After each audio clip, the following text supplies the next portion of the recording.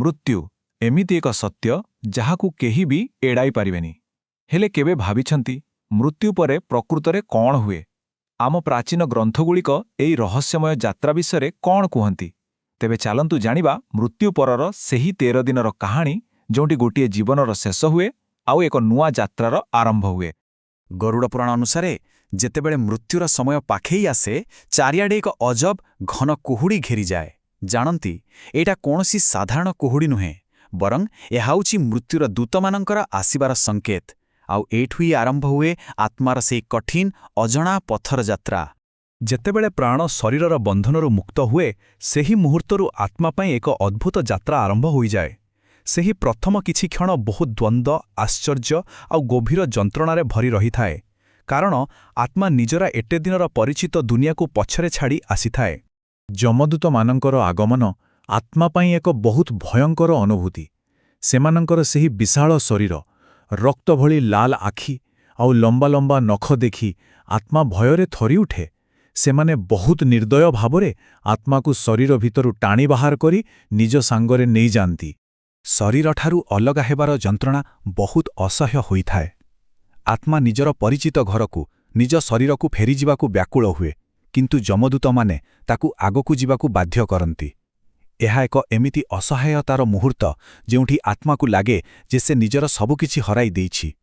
ଗୋଟିଏ ପଟେ ଯେତେବେଳେ ଆତ୍ମା ପରଲୋକରେ ନିଜର କଠିନ ଯାତ୍ରା ଆରମ୍ଭ କରେ, ଠିକ୍ ସେତିକିବେଳେ ପୃଥିବୀରେ ତାର ପରିବାର ମଧ୍ୟ ଆଉ ଏକ ଗୁରୁତ୍ୱପୂର୍ଣ୍ଣ ଯାତ୍ରା ଆରମ୍ଭ କରନ୍ତି। ଏହା ହେଉଛି ନିଜ ପ୍ରିୟଜନଙ୍କୁ ସମ୍ମାନର ସହିତ ବିଦାୟ ଦେବାର ଯାତ୍ରା, ଯାହା ଅନ୍ତିମ ସଂସ୍କାରର ପ୍ରସ୍ତୁତିରୁ ହିଁ ଆରମ୍ଭ ହୋଇଯାଏ।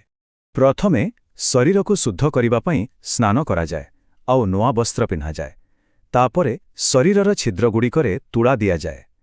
ଏମିତି ବିଶ୍ୱାସ କରାଯାଏ ଯେ ଏହାଦ୍ୱାରା କୌଣସି ଦୁଷ୍ଟ ଆତ୍ମା ଶରୀରରେ ପ୍ରବେଶ କରିପାରନ୍ତି ନାହିଁ। ଏହି ସବୁ ପ୍ରସ୍ତୁତି ଶରୀରକୁ ସମ୍ମାନ ଦେବା ଏବଂ ତାର ପବିତ୍ରତା ରକ୍ଷା କରିବା ପାଇଁ କରାଯାଇଥାଏ। ଏହି ସମସ୍ତ କର୍ମକାଣ୍ଡକୁ ମିଶାଇ ଅନ୍ତ୍ୟେଷ୍ଟି କୁହାଯାଏ, ଯାହାକି ଆମ ଜୀବନର ଅନ୍ତିମ ସଂସ୍କାର।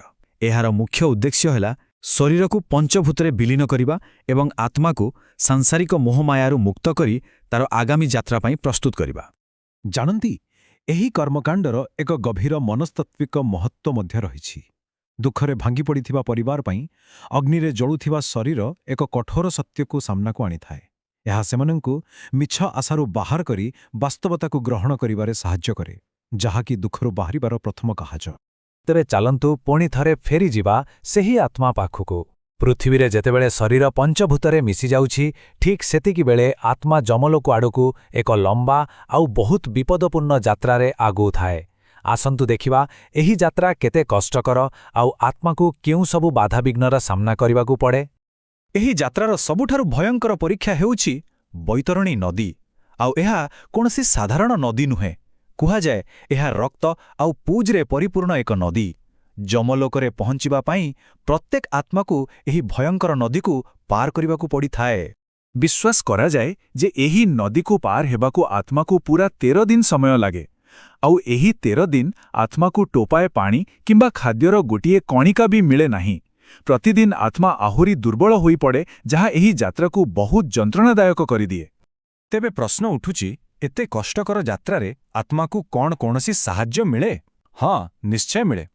ଆଉ ଏଇଠି ହିଁ ପୃଥିବୀରେ ପରିବାର ଦ୍ୱାରା କରାଯାଉଥିବା ପିଣ୍ଡଦାନର ମହତ୍ତ୍ୱ ଆସେ। ଏହି କର୍ମକାଣ୍ଡ ମୃତ୍ୟୁଲୋକ ଆଉ ପୃଥିବୀ ମଧ୍ୟରେ ଏକ ସେତୁ ଭଳି କାମ କରେ, ଯାହା ଆତ୍ମାକୁ ଶକ୍ତି ଯୋଗାଇଥାଏ। ଦେଖନ୍ତୁ କେମିତି ଦୁଇଟି ଦୁନିଆ ଏକାଠି କାମ କରୁଛି। ଗୋଟିଏ ପଟେ ଆତ୍ମା ଭୋକ, ଶୋଷ ଆଉ ଏକାକୀପଣରେ କଷ୍ଟ ପାଉଥାଏ, ଆଉ ଅନ୍ୟପଟେ ତାର ପରିବାର ପିଣ୍ଡଦାନ ମାଧ୍ୟମରେ ତାକୁ ଖାଦ୍ୟ ଓ ଜଳ ଅର୍ପଣ କରନ୍ତି। ସେମାନଙ୍କର ସାମୂହିକ ପ୍ରାର୍ଥନା ଆତ୍ମା ପାଇଁ ଏକ ସୁରକ୍ଷା କବଚ ପରି କାମ କରେ। ଗରୁଡ଼ ପୁରାଣ କହୁଛି, ଯମଲୋକ ଯିବା ରାସ୍ତାରେ 16ଟି ସହର ପଡ଼େ। ଯମଦୂତମାନେ ପ୍ରତ୍ୟେକ ସହରରେ କିଛି ସମୟ ପାଇଁ ଅଟକନ୍ତି, ଆଉ ସେହି ସମୟରେ ହିଁ ପରିବାର ଦ୍ୱାରା ଦିଆଯାଇଥିବା ପିଣ୍ଡ ଓ ଜଳ ଆତ୍ମା ପାଖରେ ପହଞ୍ଚେ। ଏହାକୁ ପାଇଁ ଆତ୍ମା ପୁଣି ଥରେ ଆଗକୁ ଯାତ୍ରା କରିବା ପାଇଁ ଶକ୍ତି ପାଏ। ଏହି କର୍ମକାଣ୍ଡଗୁଡ଼ିକ କେବଳ ଆତ୍ମା ପାଇଁ ନୁହେଁ, ବରଂ ଜୀବିତ ଥିବା ଲୋକଙ୍କ ପାଇଁ ବି ବହୁତ ଜରୁରୀ। ଏହି 13 ଦିନ ପରିବାର ଆଉ ବନ୍ଧୁବାନ୍ଧବ ସମସ୍ତେ ଏକାଠି ହୋଇ ପରସ୍ପରର ଦୁଃଖ ବାଣ୍ଟନ୍ତି। ଏହି ସାମୂହିକତା ସେମାନଙ୍କୁ ଏହି କଠିନ ସମୟରେ ପରସ୍ପରଙ୍କୁ ସାହାରା ଦେବାକୁ ଶକ୍ତି ଦେଇଥାଏ। ଏବେ ଆସିଲା ଏହି ସମସ୍ତ କ୍ରିୟାକର୍ମର ଶେଷ ପର୍ଯ୍ୟାୟ, ଯାହା ହେଉଛି ଅସ୍ଥି ବିସର୍ଜନ। ଏହା କେବଳ ଗୋଟିଏ କର୍ମକାଣ୍ଡ ନୁହେଁ, ବରଂ ଆତ୍ମା ଏବଂ ପରିବାର ଉଭୟଙ୍କ ପାଇଁ ଏକ ଯାତ୍ରାର ସମାପ୍ତିର ପ୍ରତୀକ। ଗଙ୍ଗାନଦୀରେ ଅସ୍ଥି ବିସର୍ଜନର ମହତ୍ତ୍ୱ ପଛରେ ଏକ ବହୁତ ରୋଚକ ପୌରାଣିକ କାହାଣୀ ଅଛି। ରାଜା ସଗରଙ୍କ 60,000 ପୁତ୍ର କପିଳମୁନିଙ୍କ କ୍ରୋଧରେ ଭସ୍ମ ହୋଇଯିବା ପରେ ସେମାନଙ୍କର ଆତ୍ମା ମୁକ୍ତି ପାଇପାରୁନଥିଲା। ସେତେବେଳେ କୁହାଯାଇଥିଲା ଯେ କେବଳ ମା ଗଙ୍ଗାର ପବିତ୍ର ଜଳ ହିଁ ସେମାନଙ୍କୁ ମୋକ୍ଷ ଦେଇପାରିବ। ସେହିଦିନଠାରୁ ଏହି ପବିତ୍ର ପରମ୍ପରା ଚାଲି ଆସୁଛି। ତେବେ ଏହି ଅନ୍ତିମ କ୍ରିୟାର ଦୁଇଟି ମୁଖ୍ୟ ଉଦ୍ଦେଶ୍ୟ ରହିଛି, ଗୋଟିଏ ଆତ୍ମା ପାଇଁ ଆଉ ଗୋଟିଏ ପରିବାର ପାଇଁ। ଆତ୍ମା ପାଇଁ ଏହା ମୋକ୍ଷର ବାଟ ଖୋଲିଦିଏ ଏବଂ ତାକୁ ସବୁ ସାଂସାରିକ ବନ୍ଧନରୁ ମୁକ୍ତ କରେ, ଆଉ ପରିବାର ପାଇଁ ଏହା ନିଜ ପ୍ରିୟଜନଙ୍କ ପ୍ରତି ଶେଷ କର୍ତ୍ତବ୍ୟ ପାଳନ କରିବାର ଏକ ସୁଯୋଗ, ଯାହା ସେମାନଙ୍କୁ ମାନସିକ ଶାନ୍ତି ଦେଇଥାଏ। ଏହିସବୁ ରୀତିନୀତିରୁ ଗୋଟିଏ କଥା ସ୍ପଷ୍ଟ ହୋଇଯାଏ। ସନାତନ ଦର୍ଶନରେ ମୃତ୍ୟୁକୁ ଜୀବନର ଅନ୍ତ ବୋଲି ଧରାଯାଏ ନାହିଁ, ବରଂ ଏହାକୁ ଏକ ନୂଆ ଯାତ୍ରାର ଆରମ୍ଭ ବୋଲି କୁହାଯାଏ। ଏହି ଯାତ୍ରା ପରେ ଆତ୍ମା ହୁଏତ ମୋକ୍ଷ ପାଏ କିମ୍ବା ନିଜ କର୍ମ ଅନୁସାରେ ଏକ ନୂଆ ଶରୀରରେ ପୁଣି ଥରେ ଜନ୍ମ ନିଏ। ହେଲେ ଶେଷରେ ଏହି ସମସ୍ତ କର୍ମକାଣ୍ଡ ଆମ ସମସ୍ତଙ୍କ ପାଇଁ ଏକ ଗଭୀର ପ୍ରଶ୍ନ ଛାଡ଼ିଯାଏ। ଏକ ଅନ୍ତିମ ବିଦାୟର ପ୍ରକୃତ ଉଦ୍ଦେଶ୍ୟ କ'ଣ? ଏହା କ'ଣ କେବଳ ମୃତ ବ୍ୟକ୍ତିଙ୍କ ଆତ୍ମାର ଶାନ୍ତି ପାଇଁ କରାଯାଏ, ନା ଏହା ଜୀବିତ ଥିବା ଲୋକଙ୍କୁ ଦୁଃଖରୁ ମୁକ୍ତିବାରେ ସାହାଯ୍ୟ କରିବା ପାଇଁ? ବୋଧହୁଏ ଏହାର ଉତ୍ତର ଉଭୟଙ୍କ ପାଇଁ ସମାନ ଭାବରେ ଗୁରୁତ୍ୱପୂର୍ଣ୍ଣ।